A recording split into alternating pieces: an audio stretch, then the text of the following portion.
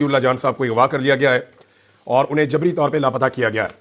मोतीउल्ला जान साहब कवरेज कर रहे थे और वो देख रहे थे अस्पताल के मामलात को कि कितनी लाशें कहाँ पे मौजूद हैं और कितने लोग जो है उनको बुलेट इंजरी आई है। एक्चुअली इन चीज़ों की तहकीकात की वजह से वो मौजूद थे अपने साथी साकिब बशीर साहब के साथ जब इन दोनों लोगों को अगवा कर लिया गया नामालूम अफराद की जानिब से। और उन्हें जब अगवा किया गया तो थोड़ी देर के बाद जो है साकिब बशीर साहब को छोड़ दिया गया कि जनाब आपका मसला नहीं है, लेकिन मोतीउल्ला जान साहब को गायब कर दिया गया। उसके बाद से लेकर अब तक उनका कुछ पता नहीं है। उनके बेटे ने एक वीडियो, जब मैं वीडियो रिकॉर्ड कर रहा हूं तब तक उनका कुछ नहीं पता, और उनके साहबजादे ने एक वीडियो उनके अपने ट्विटर अकाउंट से पोस्ट की है मोतीउल्ला जान साहब के, जिसमें उन्होंने बताया कि उन्नके बेटे को जो है वो रियासती इदारों ने अगवा किया है और किसी किस्म की कोई इतला नहीं है। ये नहीं बताया गया कि उन्हें गिरफ्तार किया गया है, किसी किस्म की कोई इन्फॉर्मेशन नहीं दी गई। और उन्होंने एक बड़ा जज्बाती पैगाम रिकॉर्ड किया है अपने वालिद के अगवा के हवाले से। उन्होंने कहा जी मेरे वालिद का ये कसूर है कि वो हर जगह पे जाकर खुद चीज़ों की कवरेज करके और लोगों को बताना चाहते हैं, उन्हें इस बात का शौक है कि वो जर्नलिज्म करें और जर्नलिज्म उनका कसूर है।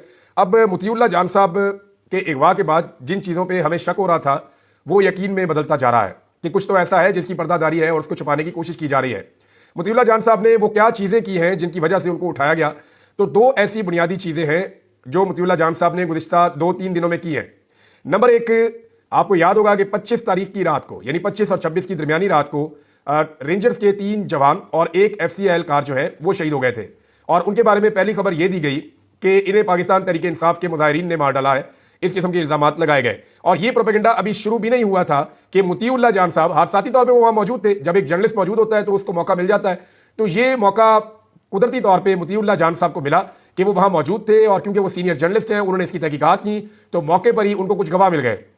और जब उन्होंने इसके बारे में अपनी राय दी मोतीउल्ला जान साहब ने और तहकीकाती रिपोर्ट अपनी एक बनाकर पेश की, तो ये सारा मामला एक हादसे में बदल गया और पता चला कि जनाब ये वाकया जो है वो पाकिस्तान तहरीक इंसाफ के या आम लोगों के जो मुजाहिरीन आए थे उन्होंने अटैक नहीं किया, बल्कि ये जब गाड़ियां भाग रही थी तो ये उसमें से गिरे और हादसाती तौर पे ये वाकया पेश आया कि ना सिर्फ ये 4 लोग बल्कि एक पाकिस्तान तहरीक इंसाफ का कारकुन जो है वो भी इसी वाकये के अंदर जाम हक हो गया। बाद में मोतीउल्ला जान साहब ने जो रिपोर्टिंग की उस पर पूरा का पूरा जो प्रोपेगेंडा खड़ा किया गया था पाकिस्तान तहरीक इंसाफ के खिलाफ, वो प्रोपेगेंडा जो है वो फारिग हो गया। और उसके बाद ये हुआ कि कुछ लोगों ने जो विजुअल्स बनाए थे वो सामने आना शुरू हो गए इसकी सपोर्ट में, यानी जो सपोर्टिंग एविडेंस है मोतीउल्ला जान साहब की खबर के वो भी मिलना शुरू हो गए। तो ये जो पूरा का पूरा वाकया है ये वो काम नहीं हो सका जिसकी तवक्को की जा रही थी या जो हुकूमत की जानिब से प्रोपेगेंडा बनाया जा रहा था कि एक विक्टिम कार्ड इस्तेमाल किया जाए, एक हादसे को एक कत्ल के वाकये में तब्दील किया जाए। दूसरा, जनाब मोतीउल्ला जान साहब ने जो सानिया डी चौक हुआ इस हवाले से वो भरपूर कोशिश कर रहे थे कि किसी तरह से लाशों और जख्मियों का खोज लगाया जाए। मोतीउल्ला जान साहब बार बार हॉस्पिटल जा रहे थे, मोतीउल्ला जान साहब जो है वो बार बार रिकॉर्ड इकट्ठा कर रहे थे, तमाम उन लोगों से बात कर रहे थे जो ऐनी शाहिदीन है, वो ये खोज लगाना चाह रहे थे कि फायरिंग की जद में कितने अफराद आए हैं। मोतीउल्ला जान साहब ने बाकी सारे सहाफियों के साथ मिलकर इस बात के ऊपर जोर दिया कि यहां पे रियल बुलेट फायर किए गए हैं। हालांकि हुकूमत इस बात से जान छुड़ाना चाह रही है और वो ये साबित करना चाह रहे हैं कि यहां पे असली गोलियां नहीं चली। आलमी मीडिया ने भी ये बताया कि असली गोलियां चली हैं, पाकिस्तानी मीडिया भी ये बता रहा है कि असली गोलियां चली हैं, लेकिन पाकिस्तान का सोशल मीडिया, जो पाकिस्तान का इलेक्ट्रॉनिक मीडिया है, वो वही कहता है जो उनके सेठ कहते हैं और सेठ वही कहते हैं जो हुक्म सेठों को मिलता है। पाकिस्तानी मीडिया जो है ये कोई सेंसरशिप का शिकार नहीं है। पाकिस्तानी मीडिया जो है वो पूरा का पूरा एक तरह से बिक गया है और इस मीडिया को इश्तिहारों की मद में खरीद लिया गया है, डराकर और धमकाकर चुप करवा दिया गया है और इस मीडिया की कैपेसिटी एक भी सच बोलने की नहीं है इस वक्त। मोतीउल्ला जान साहब जो है इन्होंने वजीर आजम के जो कोऑर्डिनेटर हैं बराए सेहत, उन्हें मौका पर पकड़ा और उनसे कुछ सवालात किए जिससे वो बहुत परेशान हुए और वहां भी मामला खुल गया कि जनाब हुकूमत क्या कर रही है अस्पतालों में। अब ये चीजें आलमी सतह पर रिपोर्ट हुई हैं, वो मैं आपको बाद में बताता हूं, लेकिन मोतीउल्ला जान साहब के एंड पे 2-3 चीजें आप अपने ध्यान में रखें। नंबर एक, जो उन्होंने वाकया एक्सपोज किया रेंजर्स की और एफसी की शहादतों वाला। नंबर 2, मोतीउल्ला जान इस बात का खोज लगा रहे थे और बहुत सारी चीजें सामने लेकर आए, बहुत सारे और सहाफी भी ये काम कर रहे हैं, लेकिन मोतीउल्ला जान साहब कंटिन्यूसली इसी काम पर लगे हुए थे कि जख्मियों और जो हलाक होने वाले लोग हैं उनका रिकॉर्ड इकट्ठा किया जाए और पता किया जाए कि वो जख्मी क्यों हुए और उन्हें उनकी शहादतें क्यों हुई। तो जो रियल बुलेट्स लगी हैं ये हुकूमत के लिए एक बड़ा सीरियस इशू है, ये आलमी सतह का भी एक मामला बनेगा पाकिस्तान के मौजूदा सेटअप के ऊपर। अब 2 चीजें मुझे यहां पे आपको कहनी है। एक तो ये कि मोतीउल्ला जान कोर्ट रिपोर्टर है, बुनियादी तौर पे अदालतों को कवर करते हैं और ये अदालतों की रिस्पॉन्सिबिलिटी है। इससे पहले वाले जो चीफ जस्टिस है वो मोतीउल्ला जान का केस सुनते रहे जब उन्हें चंद घंटे तक अगवा किया गया था और उनको टॉर्चर किया गया था। अब नए चीफ जस्टिस पाकिस्तान मौजूद है, मोतीउल्ला को पहले अगवा करने का केस ऑलरेडी अदालतों में है, तो उसी मोतीउल्ला जान को दोबारा अगवा कर लिया गया है। तो जो कोर्ट रिपोर्टर हैं जितने भी, उन सबकी रिस्पॉन्सिबिलिटी है कि वो चीफ जस्टिस ऑफ पाकिस्तान की अदालत में जाएं और उनको जाकर ये कहें कि जनाब वजीर दिफा को बुलाएं, वजीर दाखिला को बुलाएं और आईजी इस्लामाबाद को बुलाएं और फौरी तौर पर मोतीउल्ला जान को बाजियाब करवाएं। ये अगर रिपोर्टर्स नहीं करेंगे तो ये आग फैलेगी। आप सारे भी जर्नलिज्म करते हैं, कल को ये आपके दरवाजे पे भी आएगी, बारी बारी सबकी बारी आप लोगों को भी अगवा किया जाएगा। जब मुझे अगवा किया गया था या उससे पहले और लोगों को अगवा किया गया था तो बाकी लोग मुतमईन रहते हैं, लेकिन देखिए अल्टीमेटली ये चीजें आगे बढ़ती हैं, ये रुकती नहीं है। बहरहाल तमाम सहाफियों की जिम्मेदारी है कि मुतीउल्लाह जान के लिए आवाज उठाएं। जो सहाफी कल तक जब पाकिस्तान तहरीक इंसाफ के दौर में चंद घंटे के लिए मुतीउल्लाह जान को अगवा किया गया, जो सहाफी उस वक्त बहुत ज्यादा आवाज उठा रहे थे, वो अब इसके बारे में बात नहीं कर रहे, उन्हें भी इसके बारे में आवाज उठानी चाहिए। पीएमएलएन, मुझे अच्छी तरह याद है कि मरियम औरंगजेब और मरियम नवाज मुतीउल्लाह जान को मुती भाई कह के बुलाते हैं, क्योंकि उस वक्त मुतीउल्लाह जान उन्हें सूट कर रहे थे और ये सारे उनके घर भी पहुंच गए थे। तो अब मामला यह है कि देखना होगा कि उनके घर में कौन पहुंचता है। चीफ जस्टिस की एक बड़ी जिम्मेदारी है और उनका यह इम्तिहान है कि वो आदमी जो रोजाना उनकी अदालत में आता है, उस आदमी को अगवा कर लिया गया है। वकला को भी यह जिम्मेदारी लेनी चाहिए, कोर्ट रिपोर्टर्स को यह जिम्मेदारी लेनी चाहिए और जो मौजूदा हुकूमत है उन्हें फौरी तौर पर मुतीउल्लाह जान को बाजियाब करना चाहिए। दूसरी जानिब नाज़रीन, जो लाशों वाला मामला है या जो जख्मियों वाला मामला है, ये शिद्दत इख्तियार करता चला जा रहा है। यहां पे हमारे पास कुछ रिपोर्टें हैं और ये रिपोर्टें इंटरनेशनल मीडिया में छपी हैं। एक द गार्डियन ने इसके ऊपर लंबा चौड़ा आर्टिकल लिखा है, न्यूयॉर्क टाइम ने तो अपने फ्रंट पेज के ऊपर बाकायदा पाकिस्तान में होने वाली फस्तायत को दिखाया है। प्रॉपर तरीके से उन्होंने फ्रंट पेज के ऊपर बड़ा करके उन्होंने लगाया और सारा दिखाया कि पाकिस्तान के अंदर फस्तायत किस अंदाज में हो रही है। बहरहाल जो गार्डियन है उन्होंने इमरजेंसी में जो काम करने वाले डॉक्टर हैं उनसे रब्ता किया है और डॉक्टर के मुताबिक उसने 40, अकेले डॉक्टर ने, बाकी डॉक्टर की बात नहीं हो रही, उस डॉक्टर ने 40 से ज्यादा जख्मियों का इलाज किया है और इनमें से अक्सर लोगों को गोलियां मारी गई थी, कई लोगों को गोलियां मारी गई थी। डॉक्टर ने बताया कि वो काम ने मरने वालों और जख्मियों का तमाम रिकॉर्ड अपने कब्जे में ले लिया है, हमें बात करने की इजाजत नहीं है।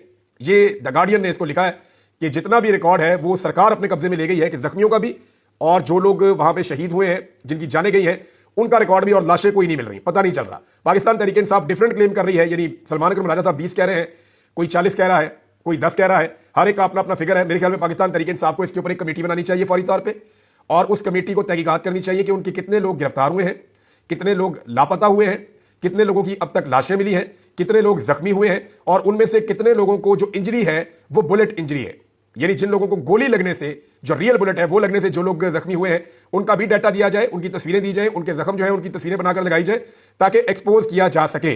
लेकिन इस मामले में पाकिस्तान तहरीक इंसाफ क्यों पीछे चल रही है वो मैं आपको भी बता देता हूं। ये बरतानवी अखबार जो है द गार्डियन, उसने सरकारी जराये से दावा किया है कि कानून नाफिज करने वाले इदारों की फायरिंग से 17 शहरी जो हैं वो शहीद हुए हैं। यानी द गार्डियन का ये दावा है और वो सरकारी जराये से दावा कर रहा है कि 17 लोगों की शहादतें हुई हैं। पाकिस्तान तहरीक इंसाफ का फिगर इनके साथ अभी नहीं मिलता और सैकड़ों लोग जख्मी हुए हैं। एक डॉक्टर ने अखबार को बताया कि अमवात पर पर्दा डालने के लिए जो हुकाम है उन्होंने जाँ बहक होने वाले और जख्मी होने वाले लोगों का रिकॉर्ड अपने कब्जे में ले लिया है। जनाब ये बड़ा क्लियरली द गार्डियन ने इसको लिखा है। अल जजीरा ने हुकूमत के इन तमाम दावों को मुस्तरद किया है कि हुकूमत का यह कहना कि वहां पे असली गोलियां नहीं चली और लोगों के ऊपर गोलियां नहीं जो है वो चलाई गई, तो ये दावा गलत है। अल जजीरा ने कहा जी हमने इसको खुद रिपोर्ट किया है, खुद जख्मी देखे हैं, खुद जो है वो हर चीज का मुशाहिदा किया है और खुद हाथ में पकड़ के गोलियां उन्होंने दिखाई, जो यहां पे उनके अल जजीरा के रिपोर्टर हैं। तो उन्होंने कहा जी ये बिल्कुल हुकूमत झूठ बोल रही है। पाकिस्तान तहरीक इंसाफ बजाय इसके कि इस मामले को उठाए वो आपसी लड़ाइयों में जुड़ गई है और ये बाई डिजाइन हो रहा है, मैं आपको ये बता देता हूं। और बल्बा बुशरा बीबी पे डालने की कोशिश की जा रही है। इस पर डॉक्टर शहबाज गिल ने एक ट्वीट किया है, पहले मैं आपको पढ़ के सुनाता हूं, फिर मैं आपको बताता हूं कि एक्चुअली हो क्या रहा है और ये किसने कहा है और मजबूरी क्या है। शहबाज गिल कहते हैं कि बुशरा बीबी और अलीमीन गंडापुर ने आज हमें यह बात खुद कंफर्म की है कि खान साहब की क्लियर डायरेक्शन थी कि एहतजाज डी चौक में ही होगा। दरमियान में जेल में एस्टेब्लिशमेंट की तरफ से कोशिश की गई कि खान साहब एक वीडियो मैसेज रिकॉर्ड करवा दें कि एहतजाज संजानी में होगा, लेकिन इमरान खान ने इनकार कर दिया। इसलिए बैरिस्टर सैफ गलत बयानी कर रहे थे कि खान साहब ने संजानी पर रजामंद हो गए थे और यह बुशरा बीबी ने डी चौक की जिद की और खान साहब की बात नहीं मानी। यह बात झूठ है। बुशरा बीबी ने वही किया जो इमरान खान ने कहा था। बैरिस्टर सैफ ने गलत बयानी टीवी पर बैठकर की है, हमें भी यही गलत बात पॉलिटिकल कमेटी में बताई गई और लगातार यह कहा जाता रहा कि डी चौक जाने का फैसला बुशरा बीबी का था और गलत था। यह सारी गलत बयानी बुशरा बीबी पर मलबा डालने की कोशिश है। यह चीज क्लियर हुई कि बैरिस्टर सैफ उन्हीं का आदमी है जिनका आदमी फैसल वाटा है, जिनका आदमी मोहसिन नकवी है। जैसे शहबाज शरीफ की कैबिनेट में मोहसिन नकवी है जो शहबाज शरीफ से ज्यादा ताकतवर है, ऐसे ही अली अमीन की कैबिनेट में बैरिस्टर सैफ है जो अली अमीन से ज्यादा ताकतवर है। अब कहने में क्या हर्ज है। अच्छा, दूसरा जी, बुशरा बीबी ने हमें यह बताया कि वो डी चौक से किसी कीमत भी नहीं जाना चाहती थी। उन्होंने रुकने की पूरी कोशिश की, जहां तक कि दरवाजा खोलकर चलती गाड़ी से भी उन्होंने निकलने की कोशिश की और यह बात अब दूसरे सोर्सेज से भी कंफर्म हुई है। बुशरा बीबी पर सारा मलबा एक साजिश थी और असल में कत्लेआम करने वालों के चेहरे छुपाने की कोशिश बुशरा बीबी ने वही किया जो इमरान खान ने इनको और पार्टी को ताकीद की। यह ट्वीट इसलिए की है कि इमरान खान और बुशरा बीबी का हक है कि उनका सच लोगों तक पहुंचे। अब ये मैं आपको जरा क्लियरली बता दूं कि बाकायदा पाकिस्तान तहरीक इंसाफ के लोगों को धमकी दी गई है और एस्टेब्लिशमेंट की जानिब से खुलकर यह कहा गया है कि इन लाशों पर और उस रात जो भी डी चौक में हुआ इसके ऊपर किसी किस्म की बात नहीं करनी, इसके ऊपर मट्टी डालनी है और उसके लिए जो तरीकाकार बनाया गया है वो ये है कि टॉक शोज के अंदर सिर्फ पाकिस्तान तरीके इंसाफ के जो इख्तलाफात हैं, जो जाती उनके इख्तलाफात बन रहे हैं, उन पे और कुछ पॉलिटिकल इश्यूज पे बात की जाएगी। टॉक शोज के अंदर उस रात क्या हुआ उस पर बात नहीं की जाएगी। बहुत सारे सहाफ़ी जो पहले खुलकर बात कर रहे थे वो भी इस मामले पर खामोश है। इसका मतलब यह है कि प्रेशर बहुत ज्यादा है। इस्लामाबाद से मोतीउल्लाह जान का उठा लिया जाना, इसका मतलब है कि प्रेशर बहुत ज्यादा है और आने वाले दिनों में ये कार्रवाइयां बढ़ भी सकती हैं। तो पाकिस्तान तरीके इंसाफ के कुछ लोग जो बाय डिजाइन बुशरा बीबी पे अटैक कर रहे हैं या बाय डिजाइन ये कह रहे हैं कि डी चौक जाने की क्या जरूरत थी, वहां क्यों गए, ये लोग उस पूरे खेल का हिस्सा है। जो डी चौक में हुआ उसको छुपाने के लिए जो खेल खेला जा रहा है, ये लोग उस खेल का हिस्सा है। अब तक जो इंफॉर्मेशन आ रही है उसमें पाकिस्तान तरीके इंसाफ ये क्लैरिटी लाने में नाकाम है कि कितने लोग और कितनी लाशें हैं और कितने लोग लापता हैं, कितने लोग जख्मी हैं। ये पाकिस्तान तरीके इंसाफ को डाटा देना पड़ेगा।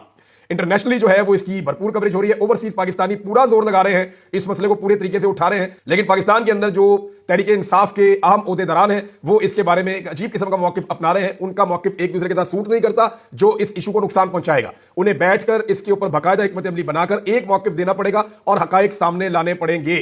खून जो है ना वो खुद बोलता है। आप लाशों को छुपाकर भी कत्ल से बच नहीं सकते। ये जो कत्ल हुआ है इसके फ्यूचर में मुकदमे भी दर्ज होंगे और आने वाले वक्त में इसका खुमियाजा भी भुगतना पड़ेगा। दूसरी जानिब लाशों का मजाक उड़ाने के लिए जो है वो एस्टैब्लिशमेंट के कुछ सहाफी और नून लीग के कुछ सहाफी अजीबोगरीब हरकतें कर रहे हैं। ऐसा लगता है कि इन्हें मौत भूल गई है।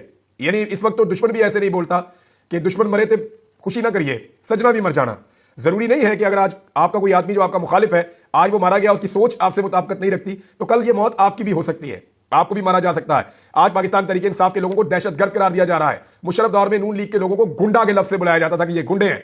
आने वाले वक्त में नून लीग को फिर एक नया नाम दिया जाएगा, पाकिस्तान पीपल्स पार्टी को भी एक नया नाम दिया जाएगा और बाकी जमातों के साथ भी यही जुल्म और यही सितम होगा। तो इसको यहां रोक लीजिए। सियासी लोगों का ही नुकसान होगा और किसी का नुकसान नहीं होगा। मसलियतन बहुत सारे हमारे सहाफी जो पहले बात करते थे वो इस मामले पर खामोश हो गए हैं। बैनुल अक़वामी मीडिया के मुताबिक 17 हलाकतें जो है वो अब तक सिविलियंस की कंफर्म की गई हैं। लेकिन एक चीज नाज़रीन मैं आपको बताऊं, पाकिस्तान तरीके इंसाफ को ये लोग दहशतगर्द तो कह रहे हैं, लेकिन एक भी गमला इस्लामाबाद में नहीं टूटा, किसी का घर नहीं टूटा, कोई एटीएम मशीन नहीं लूटी गई, कोई बैंक नहीं लूटा गया, कोई बस को आग नहीं लगाई गई। वहां पे हर चीज मौजूद थी। मुजाहिरीन चाहते तो तोड़फोड़ करते, लेकिन उन्होंने ऐसा कुछ नहीं किया। ये पुरअमन लोग थे। जितनी तबाही हुई है वो सिक्योरिटी फोर्सेज ने की है।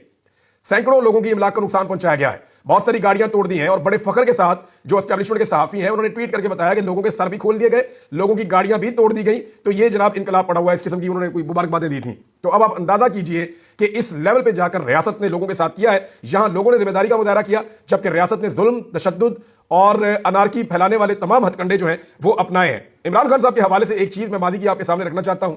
इसे आप देखिए, आपको आइडिया हो जाएगा कि 5 साल पहले जब नवंबर के महीने में ही इस्लामाबाद में लॉन्ग मार्च वाले आए हुए थे और आकर बैठे हुए थे, तो इमरान खान साहब ने एक ट्वीट किया था और उन्होंने बताया था कि मैंने सीडीए के चेयरमैन को अभी हदायत जारी की है कि वो फौरी तौर पे धरने वाली साइड पे जाए जहां पे मुजाहिरीन बैठे हुए हैं और जाकर देखे कि उन्हें किस तरह की मदद चाहिए और उनको रिलीफ दी जाए, उनको मदद दी जाए। जो धरने के अंदर लोग बैठे हुए हैं उनका ख्याल रखा जाए। वो इसलिए कि मौसम बहुत तेजी से तब्दील हो रहा है, कुछ बारिश भी हुई थी गालिबन और उसके बाद जो है वह सर्दी की लहर आई थी। 5 साल पहले तो इमरान खान साहब जो लोग धरना उनके दौर में दे रहे थे उनका किस तरह ख्याल रख रहे थे। ये फर्क है इमरान खान में। इमरान खान 2014 में जब एहतजाज करने आए तो बदतरीन टॉर्चर और तशद्दुद किया गया था।